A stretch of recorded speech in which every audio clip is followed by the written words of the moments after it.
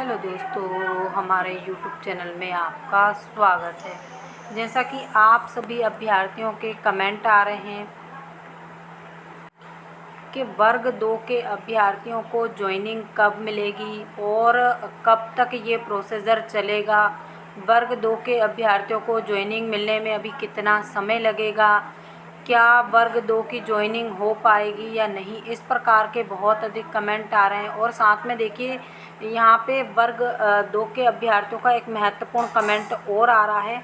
देखिए, जैसे कि एक कमेंट था कि दिव्यांग अभ्यर्थियों ने क्या स्टे लगा दिया। हमने पूरी वीडियो भी डाल दी थी कि अभी तक विभाग ने किसी भी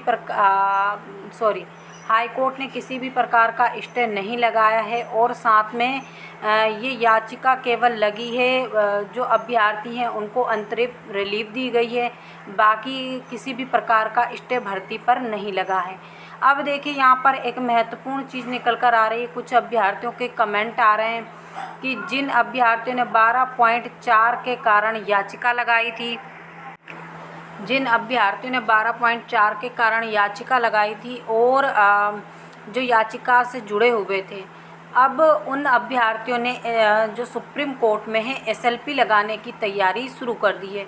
तो देखिए, यहाँ पर अभ्यर्थी रुके नहीं हैं। जिन्होंने याचिका लगाई थी उनका कहना है कि उनके साथ गलत हुआ है। और साथ में देखिए, जो अभ्यर्थी हैं उन्होंने ये खुद ही कमेंट करके बताया कि वो एसएलपी लगाने जा रहे हैं सुप्रीम कोर्ट में।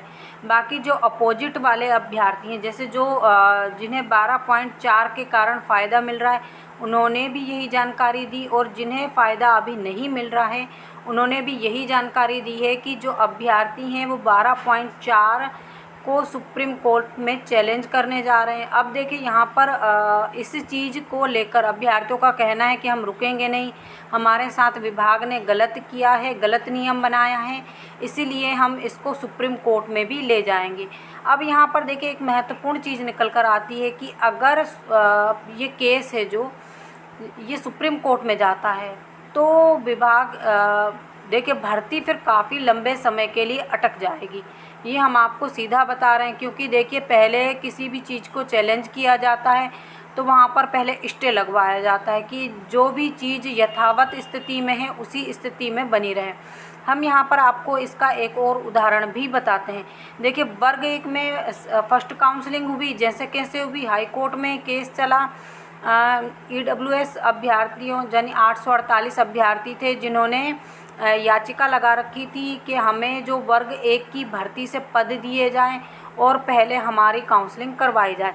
देखिए, सिंगल बेंच में वो लोग जीत गए और डबल बेंच में जाकर विभाग ने क्या किया, वहाँ पर एक अथॉरिटी यानी एक पावर ली और सरकार ने अपनी एक बात रखी कि हमें वर्ग 1 के अभ्यर्थियों को अभी ज्वाइनिंग देने दीजिए। जैसे ही इस पर फैसला आएगा, अगर मान लीजिए ये अभ्यर्थी जीतते हैं तो हम इनको बाद में नियुक्ति दे देंगे, अगर हार जाएंगे तो कोई दिक्कत नहीं, आप 23 की भर्ती की फ़र्स्ट काउंसलिंग होने दीजिए। तो यह डबल बेंच ने इस पर मोहर लगा दी और फर्स्ट काउंसलिंग हो गई। अब एक दूसरा केस निकला जिसमें अमूल सालेकर नाम के अभ्यर्थी ने जो थे, चूँकि वो आयु सीमा को पार कर चुके थे, उन्होंने याचिका लगाई और उनकी याचिका में मतलब 2000 अभ्यर्थी मर्ज थे। उन्होंने याचिका लगाई कि हम लोगों को फॉर्म भरने नहीं दिया गया, हम लोगों को फॉर्म भरने नहीं दिया गया, और जिसके कारण हम आयु सीमा को पार कर चुके थे और कोरोना काल के कारण जो हमें बेनिफिट मिलना था वो भी नहीं दिया सरकार ने। तो वो सिंगल बेंच में चला, डबल बेंच में चला और उसके बाद वो वहाँ से जीते। फिर सरकार को कहा गया कि फिर से एग्ज़ाम करवाइए, री एग्ज़ाम करवाइए, लेकिन सरकार ने क्या किया, एसएलपी लगा दी और अमूल साले ने भी एसएलपी लगा दी। तो वहाँ पर जाकर वर्ग 1 की सेकंड काउंसलिंग को रुकवाया गया। आप सभी को मालूम है कि फर्स्ट काउंसलिंग को हुए हुए पूरे 2 साल मतलब होने वाले हैं और लगभग 2-1 महीने कम होंगे। तो होने वाले हैं। अभी तक वर्ग 1 के अभ्यर्थियों की सेकंड काउंसलिंग नहीं हो पाई। तो देखिए, जो मामला सुप्रीम कोर्ट में चला जाता है फिर वो लंबा खींचा जाता है और सुप्रीम कोर्ट में पहले अभ्यर्थी जाकर भर्ती पर स्टे ही लगवाते हैं।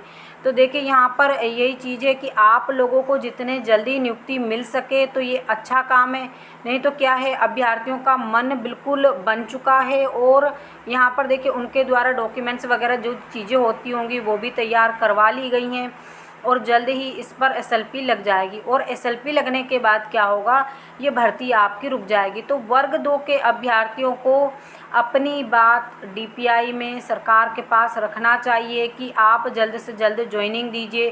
बाकी जब हम डीपीआई गए थे तो डीपीआई के अधिकारियों ने ये कहा कि 15 जून के बाद वर्ग 2 के अभ्यर्थियों को हम कभी भी ज्वाइनिंग दे सकते हैं। तो देखिए, 15 जून के बाद वो कभी भी ज्वाइनिंग दे सकते हैं, लेकिन यहाँ पर ऐसा ना हो कि 15 जून से पहले ही याचिका यानी एसएलपी लग जाए और वर्ग 2 की भर्ती पर फिर से रोक लग जाए। तो यही हम कहना चाहेंगे, जितने भी अभ्यर्थी 4000 अभ्यर्थी हैं, अगर वो एकत्रित होकर अपनी समस्या डीपीआई में बताएं तो आप लोगों को जल्दी ज्वाइनिंग मिल जाएगी।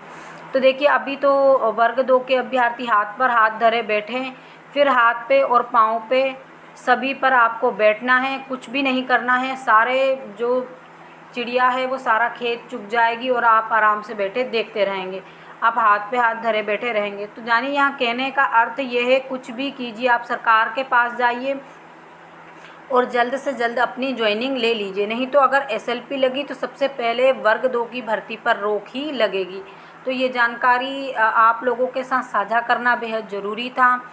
तो इसी प्रकार की जानकारी के लिए हमारे साथ बने रहिए। अभी तक वर्ग 2 की भर्ती पर कोई रोक नहीं है, आगे ऐसा ना हो रोक लग जाए, इसलिए पहले अपना अधिकार ले लीजिए। Thank you.